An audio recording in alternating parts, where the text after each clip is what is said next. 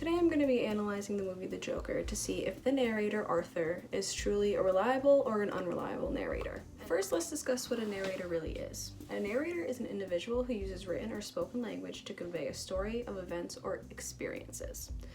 Sometimes, we don't necessarily think of characters in movies as narrating, but as viewers, everything we see in Joker is through Arthur's eyes.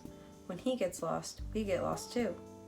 So how do we get lost in Arthur's madness? Throughout the film, Arthur struggles with differentiating reality from his imagination. When Arthur gets into his head, he thinks so deeply he makes himself believe his imaginations are a part of his reality.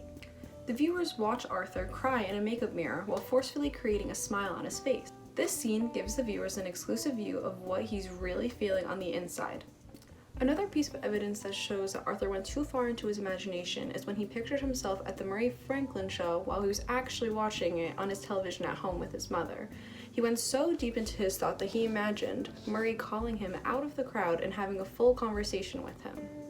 Another huge piece of evidence that shows that Arthur is way too far into his imagination is from the beginning to the near end of the story when viewers believe that Arthur and Sophie, his neighbor, are actually in an intimate relationship together. For example, one day Sophie knocks on Arthur's door because she noticed he was following her around all day. The conversation then led to Arthur inviting her to an open mic night. Another example is when Arthur went running to Sophie's apartment after killing the 3 Wall Street men to hook up with her. As viewers, we think that he is actually having this intimate moment with Sophie, when in fact we find out that this moment never happened. Another scene where we think that Sophie and Arthur are having an intimate moment together was when he was in the hospital next to Penny in her deathbed.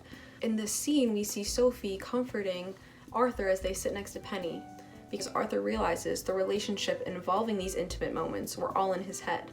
At the end of the story, Arthur realizes the relationship wasn't real after he broke into Sophie's apartment and she repeatedly responded by telling him to leave. Arthur gives the viewers the ability to know what he's feeling, see what he's doing, and even know what he's thinking.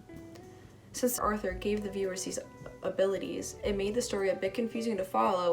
Seeing this story through his confused eyes leaves us confused and difficult to differentiate what was Arthur's reality and his imagination throughout the film.